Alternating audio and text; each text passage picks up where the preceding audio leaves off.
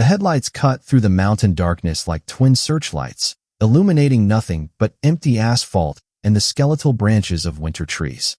It was 11:47 p.m. on February 14, 2008, when Officer Michael Torres first spotted the abandoned Honda Civic on Crescent Ridge Road, a desolate stretch of highway that wound through the Colorado Rockies like a forgotten scar.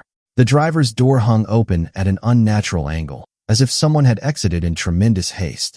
The engine still purred softly, exhaust visible in the frigid night air. Inside, the radio played a melancholy love song, its volume turned low.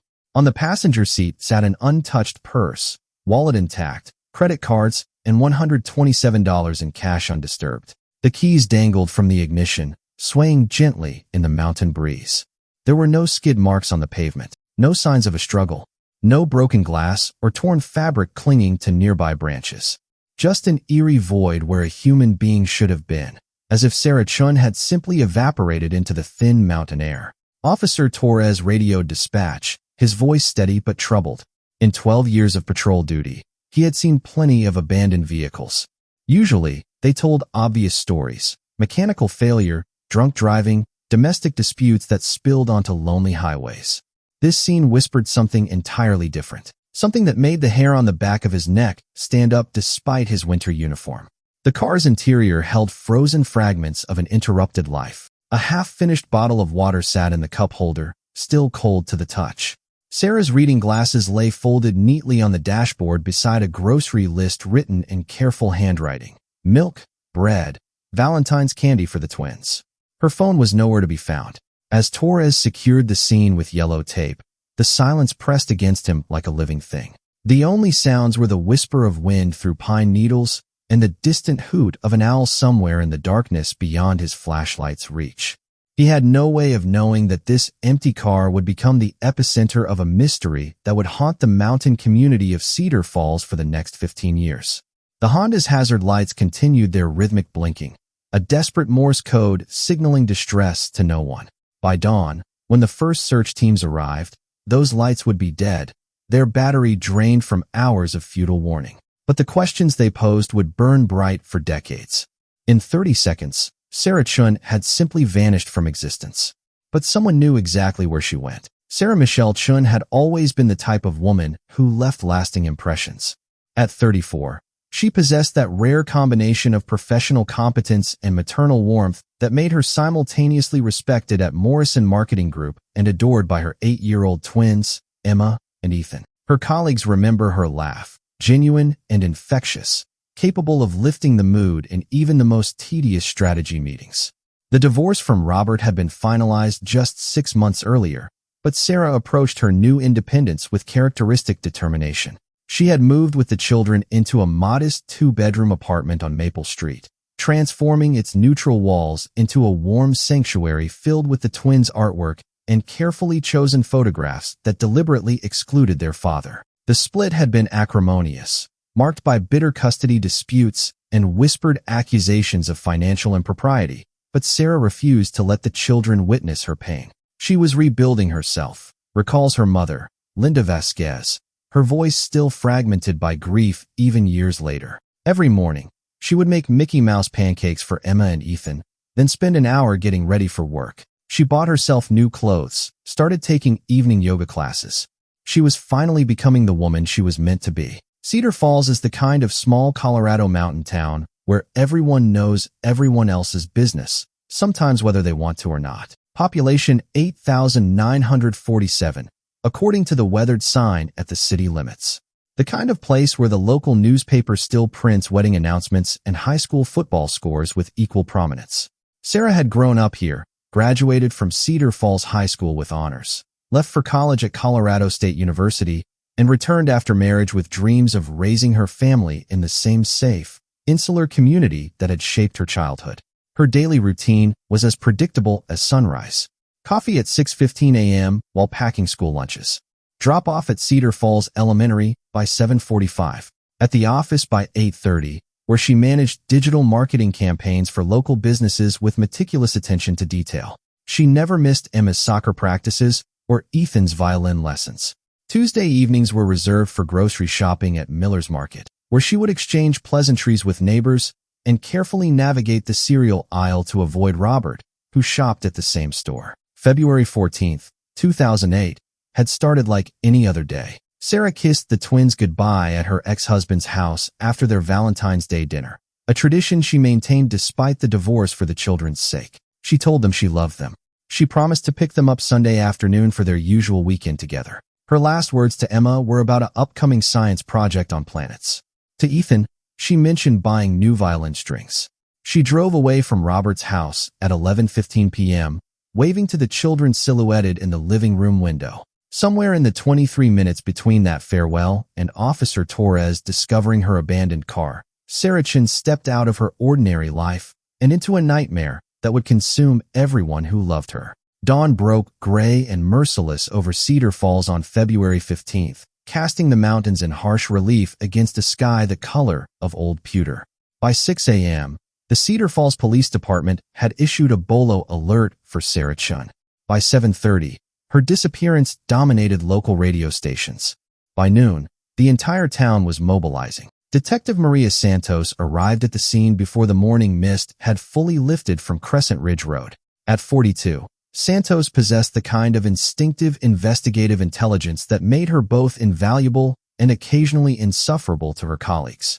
She had transferred to Cedar Falls from Denver 5 years earlier, seeking the slower pace of small-town policing. This case would make her question that decision for the rest of her career. Santos approached Sarah's Honda with the methodical precision of someone who understood that crime scenes whisper their secrets only to those patient enough to listen. She photographed every angle, every surface, every seemingly insignificant detail.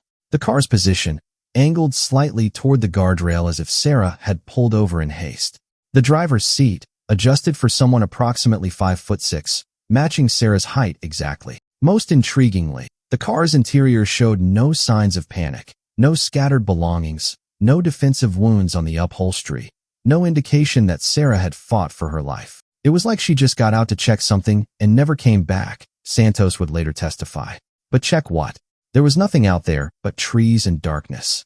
The search began in earnest as the sun climbed higher. Volunteers arrived in waves. Co-workers from Morrison Marketing, parents from the elementary school, members of Sarah's yoga class, even strangers who simply couldn't bear the thought of a mother vanishing without a trace.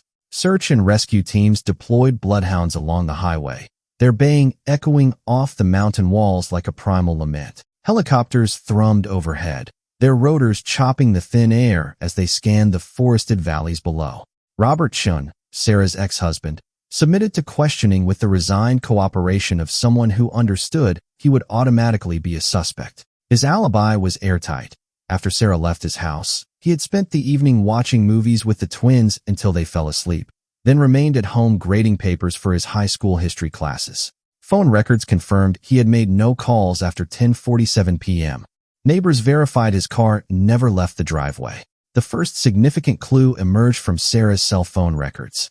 Her phone had pinged a cell tower near the abandoned mining town of Silver Point at 3:17 a.m., nearly 4 hours after she disappeared and 50 miles from where her car was found. The signal lasted exactly 47 seconds before going permanently silent, as if the phone had been deliberately destroyed. That ping changed everything, Santos recalls. Suddenly we weren't looking for someone who had wandered off or had an accident. Someone had taken Sarah somewhere specific, kept her alive for hours, then eliminated the only way she could call for help. Silver Point was a ghost town in the truest sense. Abandoned mine shafts, crumbling buildings, and miles of wilderness where a person could disappear forever. Search teams combed the area for days, rappelling into mine shafts and exploring abandoned cabins. They found rusted mining equipment, decades-old graffiti, and the scattered bones of wildlife, but no trace of Sarah Chun. As the 48-hour mark approached, the mathematical reality of missing person cases began to weigh heavily on everyone involved. Statistics showed that if Sarah wasn't found within the first 2 days, the likelihood of finding her alive dropped precipitously. But something deeper troubled Detective Santos. The calculated nature of Sarah's disappearance suggested this wasn't a crime of opportunity. Someone had planned this. Someone who knew Sarah's routines, her vulnerabilities, her route home. The question that would haunt Santos for years was already forming in her mind. Who had Sarah trusted enough to stop her car on a lonely mountain road in the middle of the night? The Morrison Marketing Group occupied a converted Victorian house on Cedar Falls' quaint downtown strip, its cheerful yellow exterior concealing the complex web of relationships that would soon become central to the investigation. As Detective Santos delved deeper into Sarah's professional life, the carefully maintained facades of small-town propriety began to crack, revealing uncomfortable truths that no one had wanted to acknowledge. David Morrison, the 41-year-old owner of the marketing firm, was Cedar Falls royalty in the truest sense. His family had founded the town's first bank in 1892, and 3 generations of Morrisons had served on the city council. He was married to Jennifer, the local librarian, with 2 teenage daughters who were star students at Cedar Falls High School. To everyone who knew him, David embodied the stability and respectability that small-town America prized above almost everything else. But Sarah's co-workers began revealing a different story during interviews with Detective Santos. The lingering glances between Sarah and David during staff meetings. The way their business trips to Denver seemed to coincide with suspicious frequency. The closed-door conversations that ended abruptly when others entered the room. "I didn't think it was my place to say anything," admitted Rebecca Martinez, the office receptionist, her hands trembling as she spoke. But there was definitely something going on between them.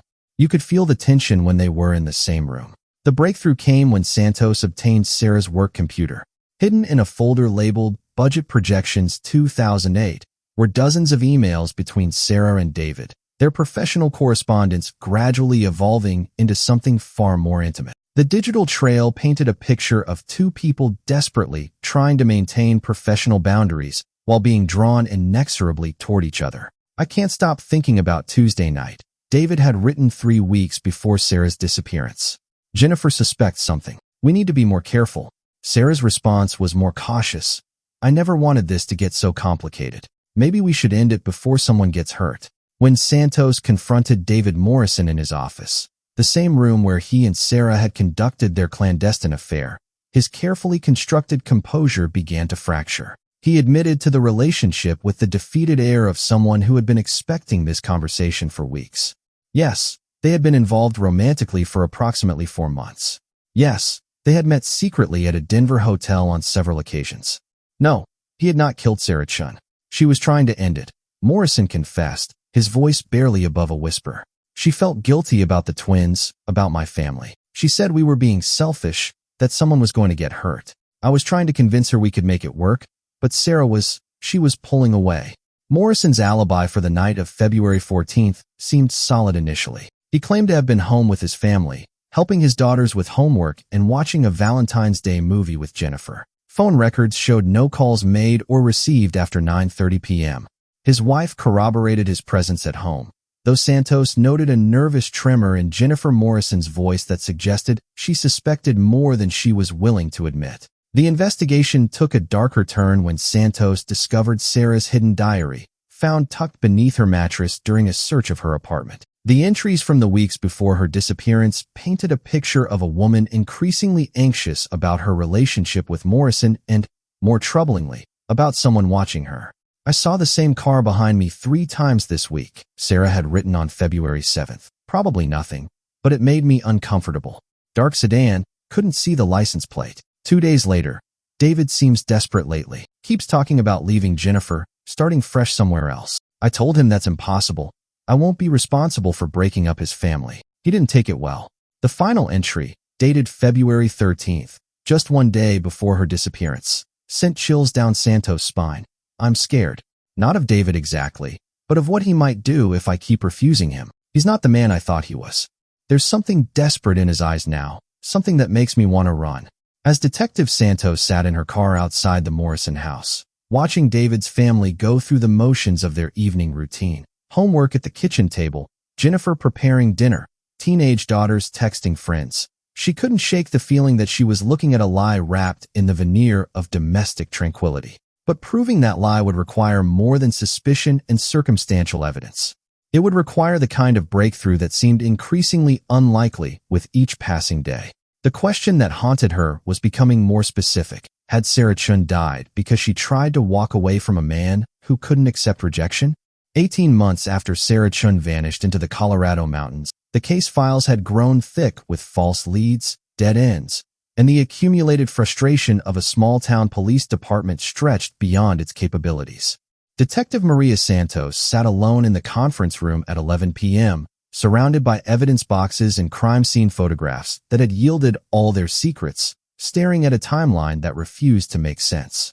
David Morrison had passed a polygraph examination administered by the Colorado Bureau of Investigation.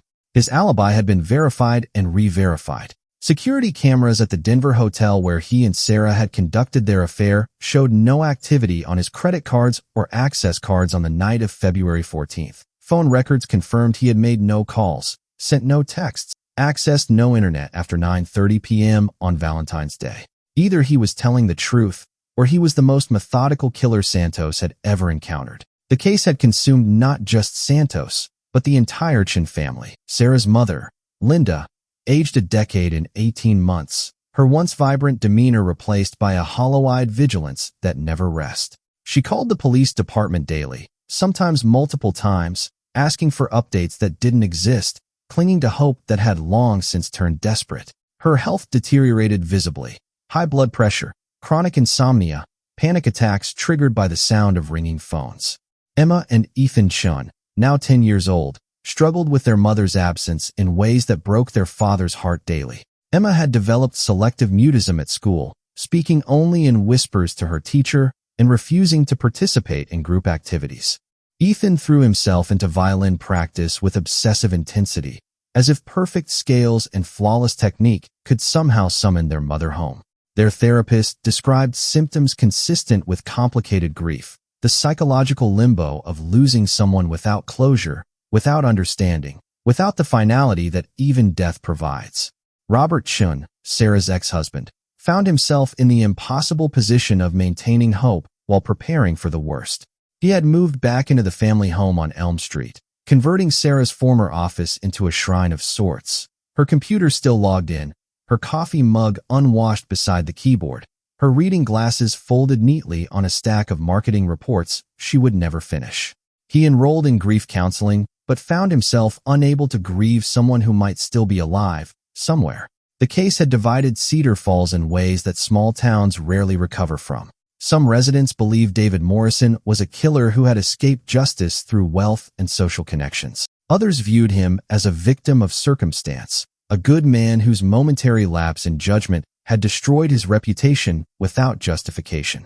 The Morrison family became social pariahs overnight. Jennifer Morrison lost her position as head librarian due to budget constraints. Their daughters faced cruel whispers at school, and David's marketing business hemorrhaged clients who could no longer separate personal scandal from professional competence.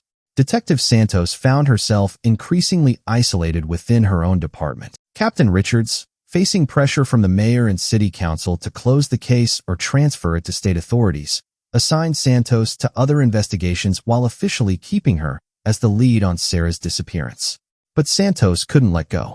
She worked the case during lunch breaks, after hours, on weekends, driven by her obsession that her colleagues viewed with growing concern.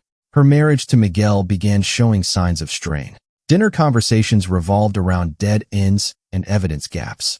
Vacation plans were canceled when potential leads emerged. Santos' home office became a second crime scene, with photographs and timelines covering every available wall surface. Miguel found himself competing with a ghost for his wife's attention, losing ground to a case that demanded everything and gave nothing in return. The physical evidence had been processed and reprocessed by multiple laboratories. Sarah's Honda Civic revealed no forensic traces beyond what would be expected from its regular use. The cell phone ping from Silver Point remained unexplained. Searches of the area continued sporadically, but the rugged terrain and harsh weather conditions made comprehensive examination impossible. Without Sarah's body, without witnesses, without physical evidence linking Morrison to the crime scene, the case existed in a legal and investigative vacuum. By late 2009, the Cedar Falls Police Department officially reclassified Sarah Chin's disappearance as a cold case. The active investigation was suspended, though the file remained open. Santos was reassigned to other duties, her obsession with the case viewed as unhealthy by her superiors and counterproductive by her peers. But late at night, when the station was empty except for the night dispatcher, Santos would sometimes return to the evidence room and sit with Sarah's case files, searching for the details she had missed, the connection she had failed to make, the breakthrough that would finally bring justice to a family destroyed by uncertainty. She never stopped believing that somewhere in those boxes was the key to solving the most haunting case of her career. 15 years is an eternity in investigative terms, but in the world of digital forensics, it represents a revolution. Technologies that were science fiction in 2008 had become standard investigative tools by 2023, and data that had been irretrievable for over a decade suddenly became accessible to a new generation of detectives armed with quantum computing and artificial intelligence analysis systems. Detective James Crawford was 34 years old when he inherited Sarah Chen's case files, exactly the same age Sarah had been when she vanished. Unlike his predecessor Maria Santos, who had retired 2 years earlier after a distinguished but haunted career, Crawford approached cold cases with the methodical patience of someone who understood that time often served as an investigator's most valuable ally. Advanced forensic techniques, evolving witness memories, and changing relationships could turn impossible cases into solvable puzzles, given enough patience and the right technology. The breakthrough came from an unexpected source, a routine upgrade to the Cedar Falls Police Department's digital evidence storage system. As part of the modernization process, every piece of electronic evidence from the past 20 years was being processed through new analysis software capable of extracting data that had been previously inaccessible. Sarah's cell phone records, Morrison's phone records, and the cell tower data from the night of February 14, 2008, were fed into quantum processing algorithms that could identify patterns invisible to human analysis. What the software discovered would have been impossible to detect in 2008. David Morrison's phone had traveled the exact same route as Sarah's final ping, following a path from Cedar Falls to Silver Point that corresponded perfectly with the timeline of her disappearance. The technology in 2008 could only identify which cell tower a phone had connected to. By 2023, advanced triangulation analysis could plot movement patterns with GPS-level accuracy, even retroactively. The phones were traveling together, Crawford explained to District Attorney Patricia Wilson during their first meeting about the case. Not just to the same general area, but along the identical route, at the identical times, stopping at the identical locations. The mathematical probability of this being coincidental is essentially zero. The second breakthrough came from an even more unexpected source, Jennifer Morrison herself. After 15 years of living with suspicion and social isolation, after watching her daughters grow up under the shadow of unproven accusations, after enduring whispered conversations that ceased when she entered rooms, Jennifer had been renovating her basement in preparation for selling the house and leaving Cedar Falls forever. The discovery occurred on a Tuesday afternoon in March 2023. Jennifer was clearing out storage boxes that hadn't been opened in years when she found a small jewelry case hidden behind the water heater, wrapped in plastic and secured with electrical tape. Inside were items she recognized immediately: Sarah Chen's distinctive silver bracelet with turquoise stones, her college graduation ring, and most damning of all, her engagement ring from her first marriage, a ring Sarah had continued wearing on her right hand even after her divorce. Jennifer Morrison sat on her basement floor, surrounded by the detritus of 2 decades of marriage, holding evidence that her husband was a killer. The woman whose disappearance had destroyed her family, her social standing, her sense of security, had been buried beneath her house in the form of these small, personal treasures that someone keeps as trophies.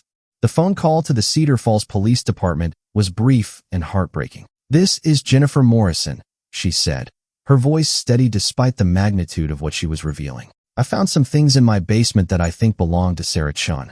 I think you need to come over here right now." Detective Crawford arrived within minutes, followed by the entire forensics team. The jewelry case was photographed in situ, then carefully extracted and transported to the state crime lab. DNA analysis confirmed what everyone already knew. These were Sarah's belongings, hidden in a location that only David Morrison could have accessed. The arrest occurred at Morrison Marketing Group on a Thursday morning in April 2023. David Morrison, now 56 years old, gray-haired and slightly stooped from 15 years of carrying secrets, looked almost relieved when Detective Crawford placed handcuffs on his wrists. The elaborate facade of innocence that he had maintained for decades and a half finally crumbled, leaving behind only a tired man who no longer had the energy to lie. "I never meant for it to happen," were his first words in the interrogation room, spoken before Crawford had even begun questioning him. "It was supposed to be a conversation. I just wanted her to listen to me." The breakthrough had taken 15 years, but justice, it seemed, had infinite patience. Sarah Chin's family would finally learn what happened on that cold February night in 2008. The truth, when it finally emerged, would be both simpler and more terrible than anyone had imagined. The interrogation room at the Cedar Falls Police Department had witnessed countless confessions over the years, but few as methodical and devastating as David Morrison's admission on April 18, 2023. Facing irrefutable evidence and the weight of 15 years of deception, Morrison's carefully constructed persona dissolved like paper in rain, revealing the calculating mind of a man who had convinced himself that murder was simply another problem to be solved. Detective Crawford activated the recording equipment and began with a simple question. "David, why don't you tell me what happened on February 14, 2008? Morrison's response came in measured sentences, delivered with the same professional composure he had once used to present marketing strategies to clients. There was no emotion in his voice, no apparent remorse. Only the clinical detachment of someone describing a business transaction rather than the brutal end of a human life. "Sarah was going to destroy everything," Morrison began, his hands folded neatly on the metal table. "My marriage, my family, my business, my reputation. She was threatening to tell Jennifer about our relationship unless I agreed to end it immediately. She said she couldn't live with the guilt anymore, that she was going to confess everything and let the consequences fall where they may." The psychological profile that emerged during the interrogation painted a picture of a man whose entire identity was built on control and social standing. Morrison had grown up as Cedar Falls royalty, accustomed to getting what he wanted through charm, influence, or financial leverage. Sarah Chin's rejection represented the first time in his adult life that someone had refused to bend to his will, and his response revealed a narcissistic rage that he had successfully hidden for decades. "I followed her from Robert's house that night," Morrison continued. "I knew her route home, knew she would take Crescent Ridge Road because it was faster than going through town. I called her phone and told her I was having car trouble, asked if she could stop and help me. She was too kind for her own good. Of course she pulled over." The conversation that followed, according to Morrison's confession, began as an attempt at persuasion and escalated into threats when Sarah refused to reconsider her decision. Morrison had come prepared with what he called leverage, photographs of their hotel meetings, copies of their email correspondence, evidence that could destroy Sarah's custody arrangement with Robert if made public. "She laughed at me," Morrison said, and for the first time during the interrogation, emotion crept into his voice, a bitter resentment that had festered for 15 years. "She said she didn't care if the whole world knew about our affair, that she was done being controlled by men who thought they owned her. She started to get back in her car, said she was driving straight to Jennifer's house to tell her everything. It happened quickly, almost casually, according to Morrison's account. He grabbed Sarah's arm to prevent her from leaving. She pulled away and stumbled backward toward the guardrail.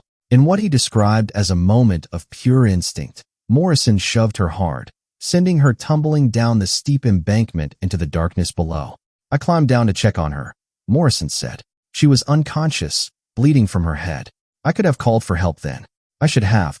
But all I could think about was what would happen to me, to my family, when the police started asking questions about why I was out there with her in the middle of the night." Instead of seeking help, Morrison made a calculated decision that revealed the depth of his selfishness and moral corruption.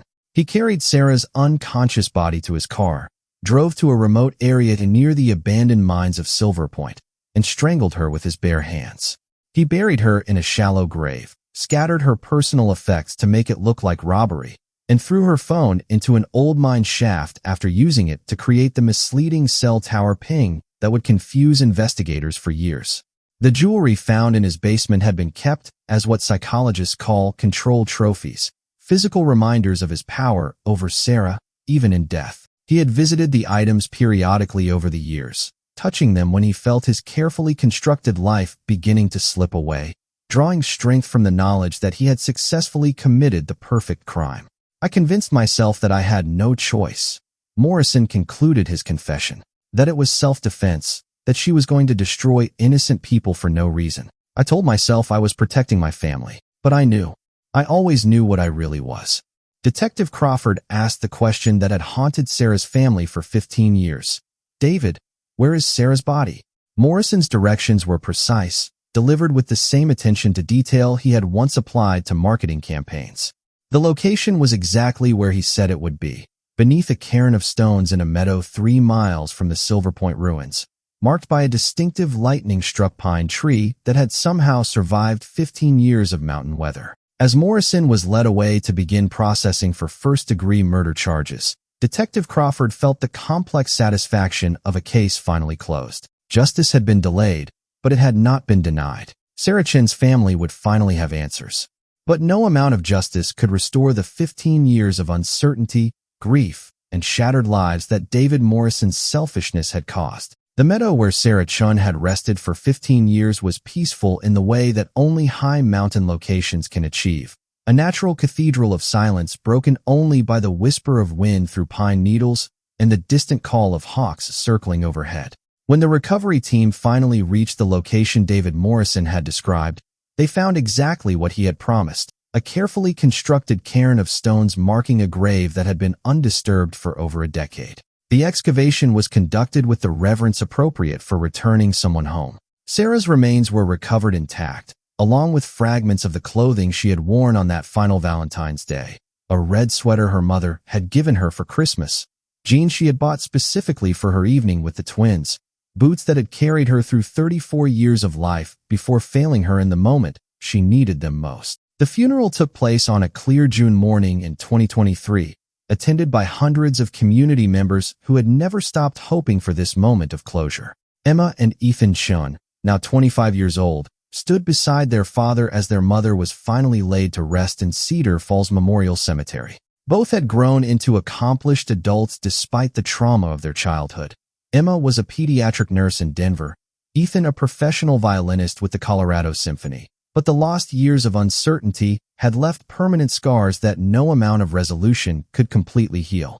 "We never got to say goodbye," Emma said during the eulogy she delivered on behalf of her family. "For 15 years, we lived in the space between hope and grief, never knowing whether to mourn or to keep waiting.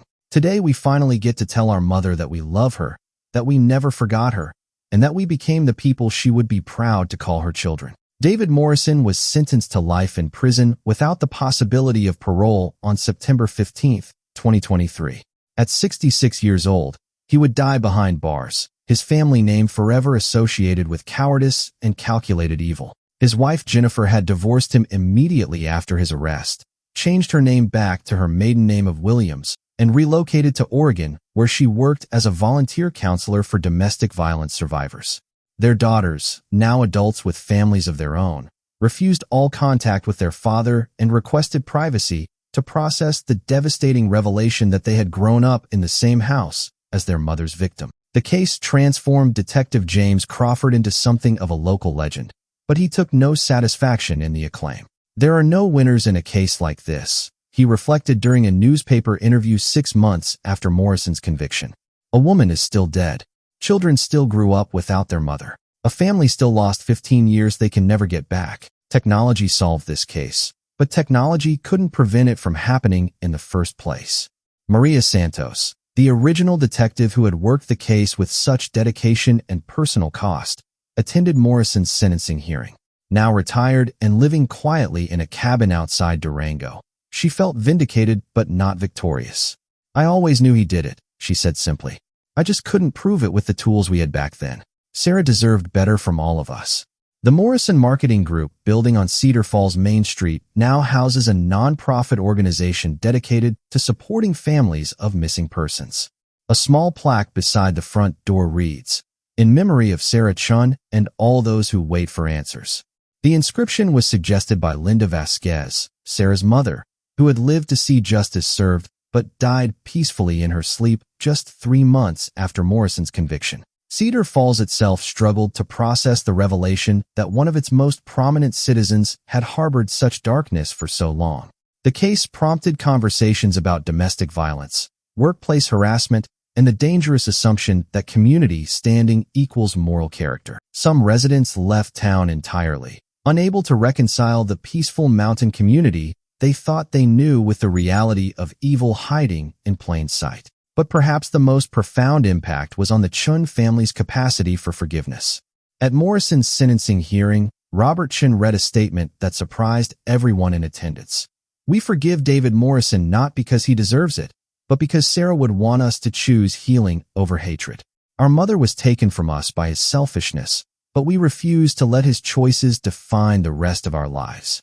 Today, visitors to Cedar Falls Memorial Cemetery can find Sarah Chen's grave beneath a flowering dogwood tree, marked by a simple granite headstone that reads, "Beloved mother, daughter, friend, finally home." The mystery that haunted a community for 15 years has been solved, justice has been served, and a family has found peace. But in the end, the most important truth remains unchanged. Sarah Chun was more than a victim of violence. She was a woman who loved her children fiercely, worked with integrity, and died because she had the courage to say no to a man who believed his desires mattered more than her autonomy. Her story serves as both a tragedy and a testament to the truth that evil may triumph temporarily, but it cannot hide forever. The mountains of Colorado keep many secrets in their ancient silence, but they gave up this one. Sarah Chun is finally home.